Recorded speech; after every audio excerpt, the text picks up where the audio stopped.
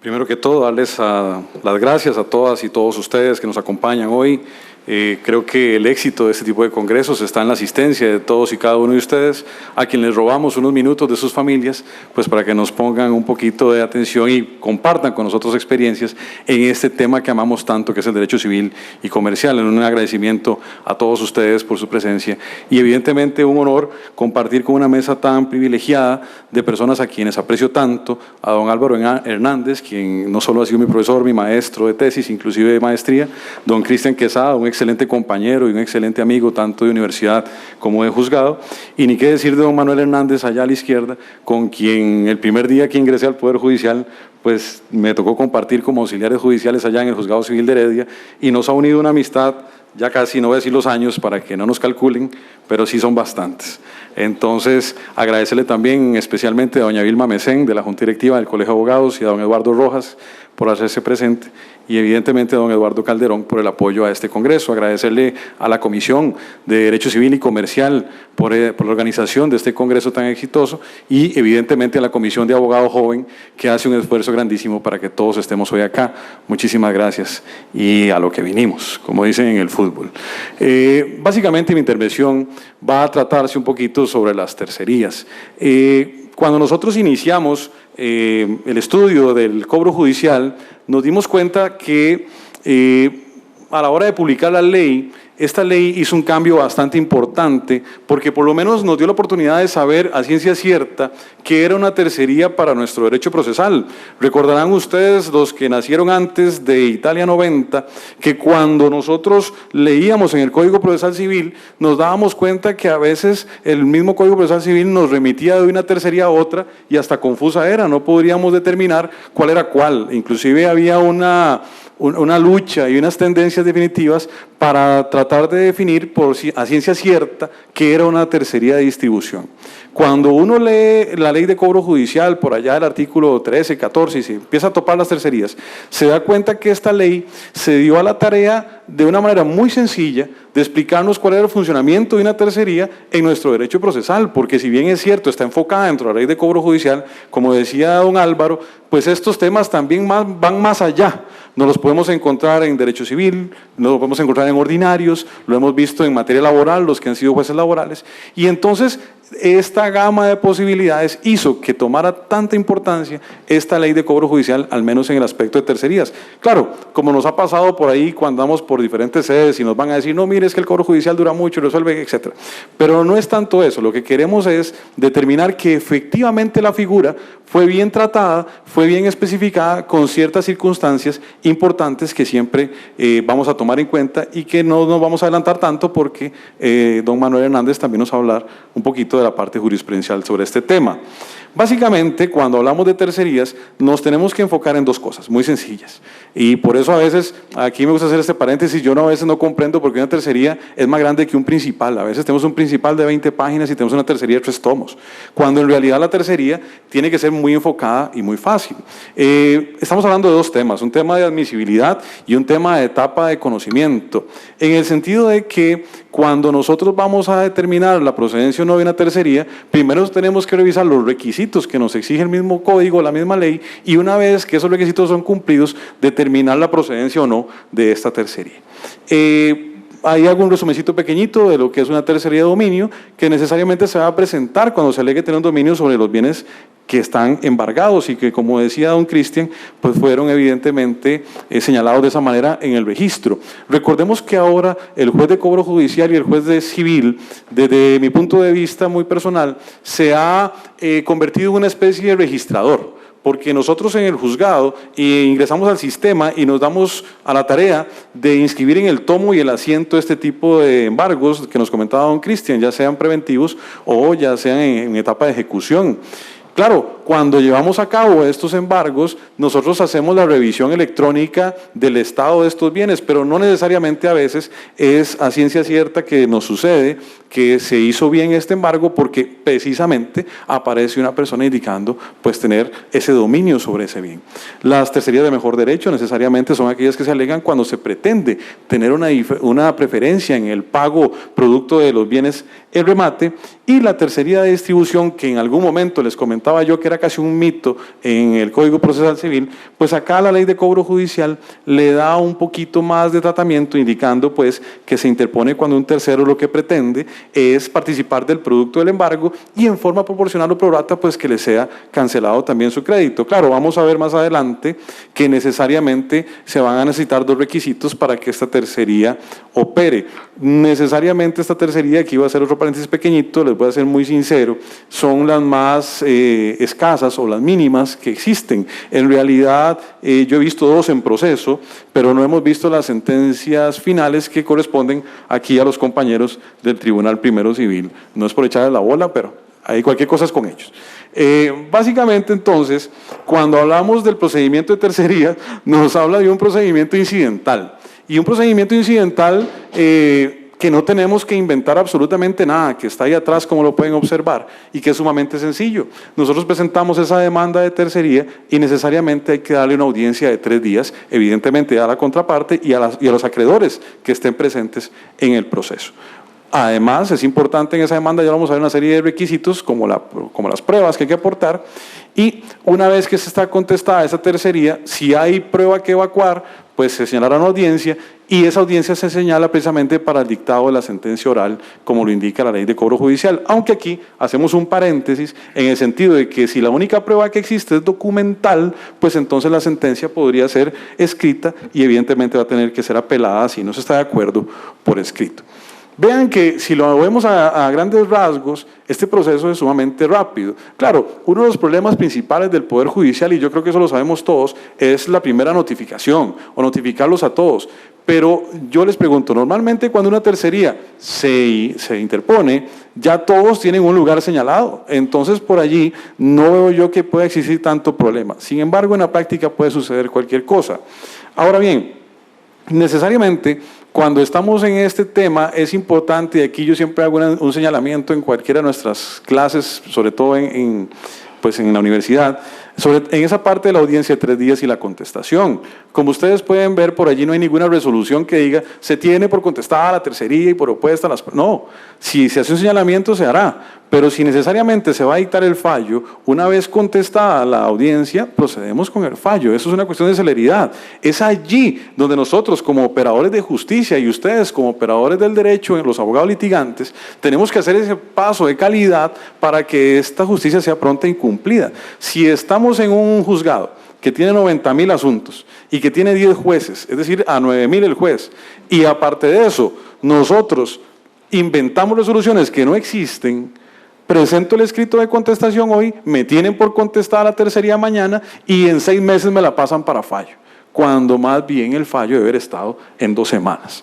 Claro, ustedes me dirán, es que usted está pensando en un mundo muy utópico, pero esa es la idea. Nosotros creo que cuando manejemos esos pequeños controles, esos pequeños detalles en estos procesos sumarísimos, le damos esa sumaridad que se requiere. Son pequeños detalles, es un proceso, pero cuando nosotros logramos finiquitar esos detalles de que por allá se nos atrasa una resolución que no es necesaria, por aquí no tenemos que resolver tal cosa, esta resolución es prueba para no resolver, entonces es allí donde nosotros como empleados judiciales y como jueces, pues le damos celeridad a este tema. Volviendo a nuestro tema, básicamente el escrito de admisibilidad que tiene que tener, los requisitos de admisibilidad que tiene la tercería son los mismos que tiene un incidente.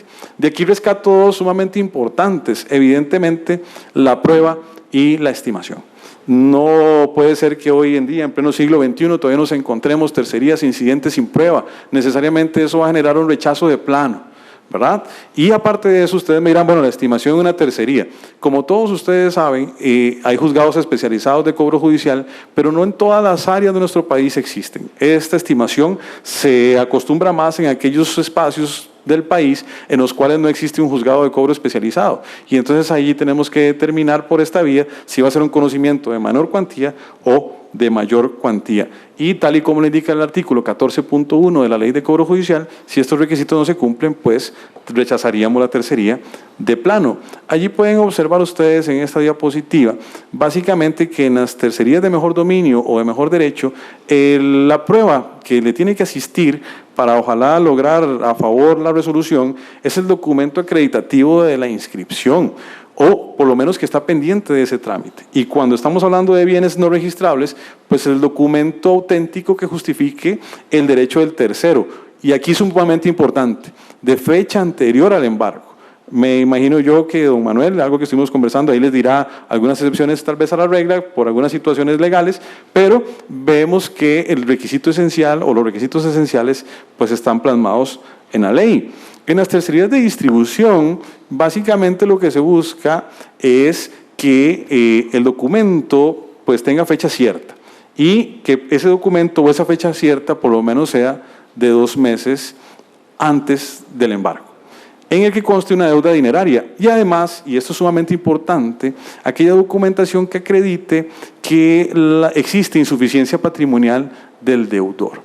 Estos 2 requisitos son esenciales necesariamente para esta distribución que se va a pretender. Sin embargo, desde mi punto de vista personal, estos 2 meses que establece por allí el artículo son un poco volubles o podrían tener algún cambio, sobre todo dependiendo del tipo que estemos buscando o del privilegio que estemos alegando, como explico, por una cuestión normativa o legal que en algún momento nos indica que necesariamente por una cuestión legal un tema de estos puede tener cierto privilegio a pesar del tiempo en que se haya presentado y no necesariamente por estos 2 meses. Es importante que la misma ley de cobro judicial en el artículo 14.2 nos indica que las tercerías de dominio no son admisibles cuando ya se hayan adjudicado en resolución firme los bienes al comprador. Y además, tampoco es admisible las de mejor derecho o la distribución si necesariamente ya existe una resolución también firme que ordene el pago a un acreedor determinado o acreedores determinados en relación precisamente a lo que hablamos de estos privilegios legales que tienen o que pueden tener este tipo de acreedores. ¿Cuáles son los efectos procesales de una tercería? Básicamente, lo primero es, y lo más importante, es que una tercería no suspende el curso del procedimiento. Hace poquito tenía yo una tercería por allí, les comento en abstracto, que era de un equipo de fútbol muy famoso. Y entonces el abogado venía a presentar la tercería y su pretensión principal era suspender el proceso principal porque necesitaba jugar la semifinal y quedar campeón. Cuando se lo rechazamos, el señor decía que era que yo soy del equipo contrario directo. Y era cierto, pero no era por eso. Básicamente era que, no era porque no era saprissa, no. Yo soy sapricista de corazón, pero no era por eso. Igual quedamos campeones ese año, la última vez.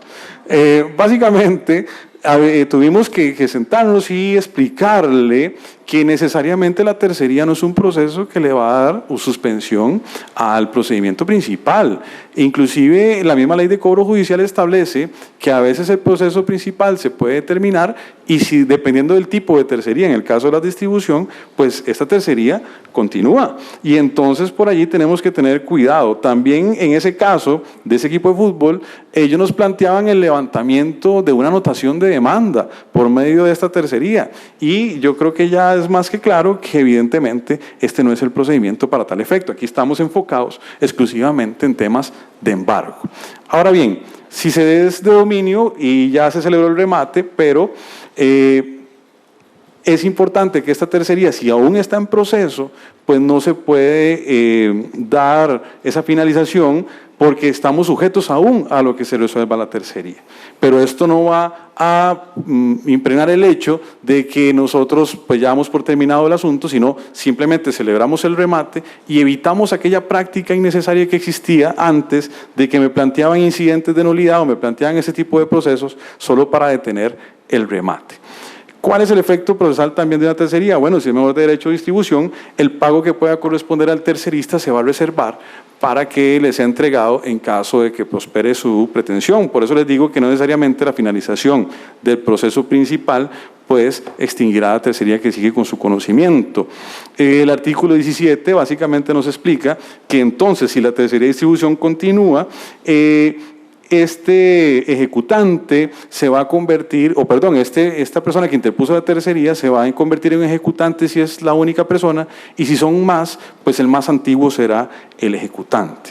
Ahora bien, en este supuesto necesariamente se continúa con la ejecución, se mantienen los embargos, no se levantan porque estamos en discusión, y se mantiene cualquier otra medida precautoria que hayamos dictado en el proceso. Hay un articulito aquí, que ya con esto casi finalizo, que es el 18.7 de la Ley de Cobro Judicial, que habla de levantamientos sin tercería. Se parece mucho a aquel articulito 500 del Código Procesal Civil. Y a mí me hace bastante gracia. Yo imagino que a los compañeros de la mesa me verán un poco raro en este tema, porque básicamente si lo leemos nos dice que tenemos que adjuntar la documentación necesaria, porque eso no es una tercería, es un levantamiento sin tercería. Le damos audiencia por 3 días a la parte, evidentemente contraria, al embargante, y de seguido el tribunal resuelve sin ulterior trámite. Si vemos una tercería normal, común y corriente, es exactamente igual. No hay ninguna diferencia. Le damos audiencia 3 días y se resuelve sin ulterior trámite. Tal vez no habla de la contestación, pero evidentemente a quien estamos dando audiencia se va a referir. Y vamos más allá. El articulito dice que en caso de que no prospere, entonces que meta la tercería. Y volvemos a lo mismo, si tenemos el mismo documento vamos a tener el mismo fin, vamos a tener 2 procesos idénticos para el mismo resultado. Me parece a mí que tal vez en algún momento cuando el proyecto del Código Procesal Civil pasa a la Asamblea Legislativa, se extrae la Ley de Cobro Judicial y le hacen la modificación efectiva, por allí la redacción no fue la más propia, la más efectiva, porque si lo leemos con detenimiento están diciéndonos que hagamos lo mismo 2 veces.